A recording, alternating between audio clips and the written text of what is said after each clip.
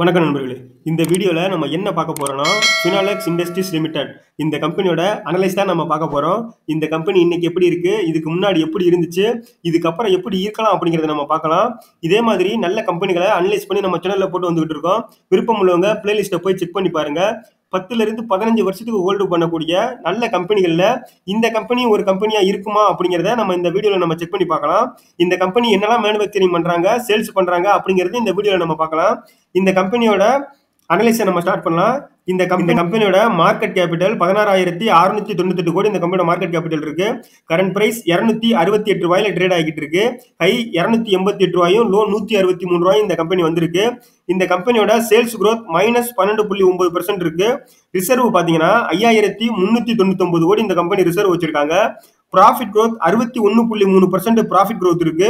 இவங்க கம்பெனி சேர இவங்க பிளட்ஜ் பண்ண கிடையாது. நெட் ப்ராஃபிட் 452 கோடி இந்த கம்பெனி நெட் ப்ராஃபிட் பண்றாங்க. ப்ரொமோட்டர் ஹோல்டிங் 52.5% ப்ரொமோட்டர் ஹோல்டிங் வச்சிருக்காங்க. இந்த கம்பெனிக்கு கடன் 605 கோடி கடன் இருக்கு. சேல்ஸ் 4,223 கோடிக்கு சேல்ஸ் பண்றாங்க. நம்ம பார்த்த வரையுமே ஒரு லாங் டைமுக்கு இந்த கம்பெனி நல்லா தான் பர்ஃபார்ம் பண்ணிக்கிட்டு இருந்தாலும் இந்த கம்பெனியோட சார்ட், இதுக்கப்புறம் இந்த கம்பெனியோட ரிசல்ட் எப்படி இருக்குங்கிறத நம்ம முக்கியமா பார்க்கணும். நம்ம அடுத்தடுத்து இந்த கம்பெனியோட சார்ட்டையும் ரிசல்ட்டையும் நம்ம செக் பண்ணி பார்க்கலாம். இந்த கம்பெனியோட ஓவரால் சார்ட் நம்ம பார்க்கலாம். 2006ல இருந்து 2024 வரை இந்த கம்பெனி எப்படி ட்ரேட் ஆயிருக்கு அப்படிங்கிறத. 2006லாம் பாத்தீங்கன்னா 14 ரூபா 15 ரூபா அந்த ரேஞ்சிலேயே தான் அந்த கம்பெனி ட்ரேட் ஆகிட்டு இருக்கு. பெரிய லெவல்ல இம்ப்ரூவ்மெண்ட் ஆகல. அதுக்கப்புறம் பாத்தீங்கன்னா 2015க்கு அப்புறம் தான் இந்த கம்பெனி ஒரு நல்ல மூவ்மெண்ட் கொடுத்துருக்குன்னு சொல்லலாம். எந்த ஒரு பென்னி ஸ்டாக் கம்பெனியா இருந்தாலும் நம்ம அதுக்கு முன்னாடி யாராலையும் கணிக்க முடியாது. ஒரு சில கம்பெனிகள் நம்ம பார்க்கலாம் இன்னைக்கு எப்படி பர்ஃபார்ம் பண்ணிட்டு இருக்கு, ஓரளவு அவங்க லாஸ் பண்ணாம ஒரு கம்பெனி கடனை ஏத்தாம நல்ல முறையில ப்ராஃபிட் பண்ணிட்டு இருக்காங்களா அப்படிங்கறத நம்ம பார்த்து வந்துகிட்டு அந்த கம்பெனில நம்ம இன்வெஸ்ட்மெண்ட் பண்ணாலே ஒரு லாங் டைம்ல இந்த மாதிரி ஒரு நல்ல ரிட்டர்ன் எடுக்கலாம். அந்த வகையில இந்த கம்பெனி 2015க்கு அப்புறம் பாத்தீங்கன்னா ஒரு நல்ல ரிட்டர்ன் கொடுத்துருக்குன்னு தான் சொல்லணும். எந்த அளவுக்கு போயிருக்கு பாருங்க. ஒரு 2-3 வருஷத்துல கிட்டத்தட்ட ஒரு 15 ரூபா 20 ரூபா அந்த ரேஞ்சில இருந்தது 150 ரூபா ரேஞ்சுக்கு போயிருக்கு. அதுல இருந்து பாத்தீங்கன்னா ஒரு நல்ல டவுன் வந்திருக்கு. எந்த ஒரு இன்வெஸ்டருமே டவுனை கண்டு பயப்படக்கூடாது. ஒரு நல்ல கம்பெனியா இருக்கும் பட்சத்துல ஒரு சின்ன சின்ன டவுன் வருதுன்னு பாத்தீங்கன்னா இப்போ இந்த இடத்துல ஒரு 150 ரூபாய்க்கு ஒரு 1000 ஷேர் வாங்கியிருந்தா, ஒரு 500 ஷேர் வாங்கியிருந்தாலும் நம்ம அந்த கம்பெனி நல்லா பர்ஃபார்ம் பண்ணும், லாங் டைம்ல நல்லா இருக்குங்கிற அனலைஸ் பண்ணிட்டு அதுக்கப்புறம் இந்த கம்பெனில நம்ம டவுன் வர வர ஓரளவு நம்ம ஆவரேஜ் பண்ணலாம். ஒரு 100 ஷேரோ நம்மளால முடிஞ்சது எவ்வளவு வாங்க முடியுமோ வாங்கி ஆவரேஜ் பண்ணா லாங் டைம்ல ரிட்டர்ன் கொடுக்க அதிக வாய்ப்பு இருக்கு எந்த ஒரு நல்ல கம்பெனியும். அந்த வகையில இந்த கம்பெனி பாருங்க எந்த அளவுக்கு 150 ரூபாயில இருந்து அப்படியே இறங்கி 98 ரூபா அந்த ரேஞ்சுக்கு வந்துட்டு அப்படியே ரெக்கவர் பண்ணிருக்காங்க பாருங்க. ரெக்கவர் பண்ணது மட்டும் இல்லாம அதை விட ஒரு மடங்கு ரிட்டர்னே கொடுத்துட்டாங்க அதிகமா. அதுல இருந்து பாத்தீங்கன்னா எந்த ஒரு கம்பெனி அப்படியே மேலேயே போயிட்டு இருக்க போறது கிடையாது. ஒரு சின்ன டவுன், அதுக்கப்புறம் பாத்தீங்கன்னா ஒரு 2 வருஷம் கிட்ட டவுன்ல தான் இருந்திருக்கு. டவுன்ல இருந்தது அதே மாதிரி பழையபடி அந்த டவுனையும் பழைய கையவும் உடைச்சு இப்ப மேல ட்ரேட் ஆகிட்டு இருக்காங்க. நாளைக்கு இந்த கம்பெனி என்ன பண்ணலாம், நல்ல ரிட்டர்ன் கொடுத்துக்கிட்டு இருந்தாலும் மேலேயே போயிட்டு இருக்க போறது கிடையாது. ஒரு சின்ன டவுனை கொடுத்துட்டு பழைய பழைய கையை 300 ரூபா அந்த இதை கையை உடைச்சிட்டு கூட அதுக்கு மேல கூட இந்த கம்பெனி மேல போகலாம். அதனாலதான் நம்ம எந்த ஒரு கம்பெனியை லாங் டைம்ல தேர்ந்தெடுக்கும் போதும் அந்த கம்பெனி என்னெல்லாம் மேனுஃபேக்சரிங் பண்றாங்க முக்கியமா நம்ம பார்க்கணும். மக்களுக்கு அதிகமா சேல்ஸ் ஆகிற பொருட்களை மேனுஃபேக்சரிங் பண்ணி சேல்ஸ் பண்ணி அவங்க நல்ல ப்ராஃபிட் பண்றாங்களா அப்படிங்கறத நம்ம பார்த்துட்டு அந்த கம்பெனில இன்வெஸ்ட்மெண்ட் பண்ணா லாங் டைம்ல ஒரு மல்டிபிளராக கூட அதிக வாய்ப்பு இருக்கு. இதுக்கு கம்பெனியோட இயர்லி ப்ராஃபிட் அண்ட் லாஸ் நம்ம பார்க்கலாம். இவங்க எவ்வளவு ப்ராஃபிட் பண்றாங்க, லாஸ் பண்றாங்க அப்படிங்கறத. இந்த கம்பெனி 2012ல சேல்ஸ் 2100 கோடிக்கு சேல்ஸ் பண்ணியிருக்காங்க. சேல்ஸை கொஞ்சம் கொஞ்சமா இந்த கம்பெனி இன்க்ரீஸ் பண்ணிக்கிட்டே தான் போயிட்டு இருக்காங்க. பெரிய லெவல்ல எந்த இடத்துலயுமே இந்த கம்பெனி மைனஸ் பண்ணி ஒரு சேல்ஸை கம்மி பண்ணிட்டு ஒரு இந்த கம்பெனியோட லாஸ் பக்கெட் திரும்ப கிடையாது. நல்லா இன்க்ரீஸ் பண்ணிக்கிட்டு தான் இருக்காங்க. ஒரு பெரிய லெவல்ல 1000 கோடி 2000 கோடின்னு பெரிய பல மடங்கு இன்க்ரீஸ் ஆகாட்டாலும் ஒரு ஆவரேஜா ஒரு நல்ல கம்பெனி எந்த அளவுக்கு டீசெண்டா இன்க்ரீஸ் ஆகுமோ அதே மாதிரி இந்த கம்பெனி 2012 2100 கோடி பண்ணவங்க இப்ப 4223 கோடி 2024 பண்ற அளவுக்கு இந்த கம்பெனி ஓரளவு நல்ல முறையில வளர்ந்துதான் இன்னைக்கு இருக்காங்க.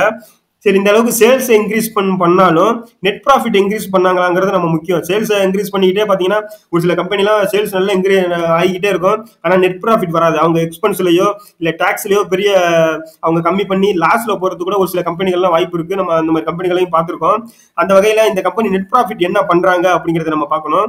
2012ல 75 கோடி பண்ணவங்க அவங்களோட நெட் ப்ராஃபிட்டையும் பாருங்க கொஞ்சம் கொஞ்சமா இன்க்ரீஸ் பண்ணிக்கிட்டே தான் போயிட்டு இருக்காங்க. பெரிய லெவல்ல எங்கேயும் ஒரு பெரிய மைனஸ் எல்லாம் அவங்க பண்ண கிடையாது. இந்த இடத்துல நீங்க பாத்தீங்கன்னா தெரியும் 1053 கோடி திடீர்னு ஒரு ப்ராஃபிட் வந்திருக்கு இந்த கம்பெனிக்கு. அவரேஜா பாத்தீங்கன்னா அவங்க ஒரு 250 300 299 350 அந்த மாதிரி தான் அவங்க ப்ராஃபிட் பண்ற கம்பெனி. திடீர்னு பாத்தீங்கன்னா இந்த இடத்துல 1000 கோடி எப்படி ப்ராஃபிட் பண்ணாங்க அப்படிங்கறத நம்ம பார்க்கணும். எந்த ஒரு கம்பெனியுமே அவங்க மேனுஃபேக்சரிங் பண்ற பொருட்களை வித்து அது மூலியமா வந்துச்சுன்னா மட்டும்தான் நம்ம வந்து ஆப்ரேட்டிங் ப்ராஃபிட்ல நம்ம பார்ப்போம். அதுக்கடுத்து பாத்தீங்கன்னா இந்த இடத்துல நம்ம முக்கியமா அதர் இன்கம்ங்கிறத நம்ம முக்கியமா பார்க்கணும். அதர் இன்கம் அப்படின்னா என்னன்னா, இந்த கம்பெனி சேல்ஸ் பண்ணி அந்த ஒரு ப்ராடக்ட்டை மேனுஃபேக்சரிங் பண்ணி சேல்ஸ் பண்ணி அது மூலியமா வர்ற வருமானம் இல்லாம மித்த வகையில அவங்க ஏதோ வேற வகையில அவங்களோட சொத்தை வித்திருக்கலாம், இல்ல வேற வகையில ஏதோ ஒரு வராக்கடன் இந்த மாதிரி பெரிய அமௌண்ட் வந்திருக்கலாம். ஏதோ ஒரு வகையில அந்த கம்பெனிக்கு வருதுன்னு பாத்தீங்கன்னா அந்த கடன் அந்த வருமானம் தான் பாத்தீங்கன்னா 458 கோடி இந்த கம்பெனிக்கு கிடைச்சிருக்கு. அதனாலதான் இந்த கம்பெனி அந்த இடத்துல மட்டும் ஒரு பெரிய ப்ராஃபிட்டை பார்த்திருக்காங்க. அதுக்கப்புறம் பாத்தீங்கன்னா 2023ல 237 கோடியும் 2024ல 452 கோடியும் ப்ராஃபிட் இந்த கம்பெனி பண்றதுக்கு வாய்ப்பு இருக்கு. ஒரு லாங் டைம்ல கொஞ்சம் கொஞ்சமா இவங்க இன்க்ரீஸ் பண்ணிட்டு போறது நல்ல விஷயமா இருந்தாலும் இந்த 2023ல ஒரு 237 கோடி பண்ணவங்க அதுக்கு அடுத்த குவார்ட்டர்ல பாருங்க அது அவங்களோட இதை வந்து இன்க்ரீஸ் பண்றாங்க. அப்படிங்கும் போது நம்ம இந்த கம்பெனியை ஒரு லாங் டைம்ல ஒரு நல்லா வர்றதுக்கு கூட அதிக வாய்ப்பு இருக்கு. இது நம்ம வந்து என்ன பண்ணணும்னா இந்த கம்பெனியோட இதே நம்பி நம்ம வாங்கக்கூடாது. இந்த கம்பெனி இதுக்கு அடுத்தடுத்துலாம் என்ன பண்றாங்க அப்படிங்கறத நம்ம பார்க்கணும். ரிசல்ட் இதே மாதிரி கொடுக்குறாங்களா, குவார்டர் ஆன் குவார்டர் நல்லா இருக்கா அப்படிங்கறதே நம்ம பார்க்கணும். இந்த கம்பெனி குவார்டர் ஆன் குவார்டர் என்ன பண்றாங்க அப்படிங்கிறது இயர் ஆன் இயர் நல்லா தான் பண்ணிட்டு இருந்தாலும் குவார்டர் ஆன் குவார்டர் நல்லா பண்றாங்கன்னு நம்ம 3 மாசத்துக்கு ஒருக்கா எந்த கம்பெனியா இருந்தாலும் அந்த கம்பெனி என்ன பண்ணிக்கிட்டு இருக்காங்க அப்படிங்கறத நம்ம பார்க்கணும். அந்த வகையில இந்த கம்பெனி டிசம்பர் 2022ல 72 கோடி பண்ணவங்க, அதுக்கப்புறம் 158, 111, 94, 89ன்னு ஓரளவு டீசெண்டா நல்ல ப்ராஃபிட் தான் பண்ணிக்கிட்டு இருக்காங்க. இந்த கம்பெனி ஒரு லாங் டைம்ல ஒரு நல்ல நிலைமைக்கு போறதுக்கு கூட அதிக வாய்ப்பு இருக்கு. இதே மாதிரி கொஞ்சம் கொஞ்சமா அவங்களோட ப்ராஃபிட்டை இன்க்ரீஸ் பண்ணிக்கிட்டே போனாங்கன்னா நல்ல விஷயம் தான் இந்த கம்பெனிக்கு. இதுக்கடுத்து இந்த கம்பெனியோட பேலன்ஸ் ஷீட்டை நம்ம பார்க்கலாம். பேலன்ஸ் ஷீட்ல நம்ம முக்கியமா பார்க்க வேண்டியது ரிசர்வும் பாரோவிங்ஸும் நம்ம பார்க்கணும். இந்த கம்பெனி தனியா எவ்வளவு பணம் வச்சிருக்காங்க, கடனுக்கு தகுந்த மாதிரி ஒரு சில கம்பெனி எல்லாம் பாத்தீங்கன்னா ஒரு கடன் 6000 ஒரு 600 கோடி இந்த கம்பெனி கடன் வச்சிருக்குன்னா 5399 கோடியை தனியா ஒதுக்கி வச்சிருவாங்க. ஏதோ ஒரு பிரச்சனை வருது, ஏதோ ஒரு காரணத்துக்காக அந்த அமௌண்ட்டை வந்து அவங்க தொட மாட்டாங்க, அந்த ஒரு அமௌண்ட்டை ஒதுக்கி வச்சிருவாங்க. ஆனா கடன் பாத்தீங்கன்னா 605 கோடி கடன் வாங்கியிருக்காங்க. அப்படிங்கும் போது நம்ம வந்து எதை பார்க்கணும்னா இவங்க 5399 கோடி வச்சிருக்கிறது ஒரு நல்ல விஷயம். கடன் பாத்தீங்கன்னா வெறும் 605 கோடி தான் இந்த கம்பெனிக்கு கடன் இருக்கு. இந்த பேலன்ஸ் ஷீட்டை பொறுத்தவரையும் இந்த கம்பெனி ஒரு சிறப்பான பேலன்ஸ் ஷீட்டை வச்சிருக்குன்னு தான் நம்ம சொல்லணும். இந்த கம்பெனியோட கார்பரேட் ஆக்ஷன் அப்படிங்கறத நம்ம பார்க்கலாம். எவ்வளவு இந்த கம்பெனி டிவிடெண்ட் கொடுக்குறாங்க. எந்த ஒரு கம்பெனியுமே டிவிடெண்ட் கொடுக்கறது நல்ல விஷயமா தான் இருக்கு. அதுல இந்த கம்பெனி எந்த 2021ல இருந்து இதுவரை எவ்வளவு டிவிடெண்ட் கொடுத்திருக்காங்க அப்படிங்கறத பார்க்கலாம்.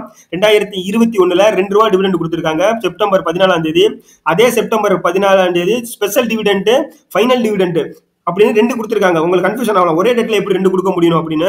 ஒரு சில கம்பெனிகள்லாம் பாத்தீங்கன்னா ஒரே டிவிடெண்டா கொடுத்துருவாங்க. ஒரு சில கம்பெனிகள் ஸ்பெஷல் டிவிடெண்ட் 2 ரூபா கொடுப்பாங்க, ஃபைனல் டிவிடெண்ட்னு சொல்லிட்டு அவங்க எவ்வளவு அமௌண்ட் ஃபிக்ஸ் பண்றாங்களோ அதை கொடுப்பாங்க. அந்த வகையில இந்த கம்பெனி 2022ல 4 ரூபா கொடுத்திருக்காங்க, 2021லயும் 4 ரூபா கொடுத்திருக்காங்க, 2023ல பாத்தீங்கன்னா ஒரே ஒரு தடவை தான் கொடுத்திருக்காங்க, 1 ரூபா 50 பைசா கொடுத்திருக்காங்க.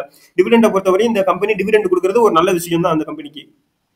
இந்த கம்பெனியோட ஷேர் ஹோல்டிங் பேட்டர்ன் நம்ம பார்க்கலாம். ஷேர் ஹோல்டிங் பேட்டர்னை பொறுத்தவரையும் ப்ரொமோட்டர் ஹோல்டிங் 52.47% 2017ல இருந்து இதுவரை அவங்க வந்து குறைக்காம ஹோல்டு பண்ணிக்கிட்டே இருக்கிறது ஒரு நல்ல விஷயம். அதுக்கடுத்து பாத்தீங்கன்னா எஃப்ஐஐ 6.41% ஹோல்டு பண்றாங்க. டிஏஐ பாத்தீங்கன்னா 10.95% ஹோல்டு பண்றாங்க. எஃப்ஐஐ டிஏஐ பொறுத்தவரையும் இந்த கம்பெனி கிட்டத்தட்ட 17%க்கு மேல ஹோல்டு பண்றது ஒரு சிறப்பான விஷயமா இருக்கு. அவங்களும் பாத்தீங்கன்னா அந்த கம்பெனியோட ஷேரை வித்துட்டு வெளியே போகல, நல்லா தான் இருக்கிறது. அந்த கம்பெனி நல்லா இருக்கிறதுனால தான் அந்த கம்பெனியோட ஷேரை அவங்க ஹோல்டு பண்ணிக்கிட்டே இருக்காங்க. அந்த வகையில எஃப்ஐஐயும் டிஐயும் எந்த ஒரு கம்பெனியுமே அவங்க 2 பேரும் இன்வெஸ்ட்மெண்ட் பண்ணாம, அதாவது லாங் டைம்க்கு இன்வெஸ்ட்மெண்ட் பண்றாங்கன்னா அவங்க அந்த கம்பெனியை நல்லா அனலைஸ் பண்ணி தான் அவங்க வந்து இன்வெஸ்ட்மெண்ட் பண்ணுவாங்க. நம்ம ரீட்டைல் இன்வெஸ்டர் மாதிரி ஏதோ ஒரு கம்பெனில போயிட்டு நல்லா மேல போயிட்டு இருக்கா அந்த கம்பெனில இன்வெஸ்ட்மெண்ட் பண்ண மாட்டாங்க. எஃப்ஐடிஐ இந்த கம்பெனில கிட்டத்தட்ட 18% மேல வச்சிருக்கிறது ஒரு நல்ல விஷயம். பப்ளிக்கை பொறுத்தவரையும் 29.82% வச்சிருக்காங்க.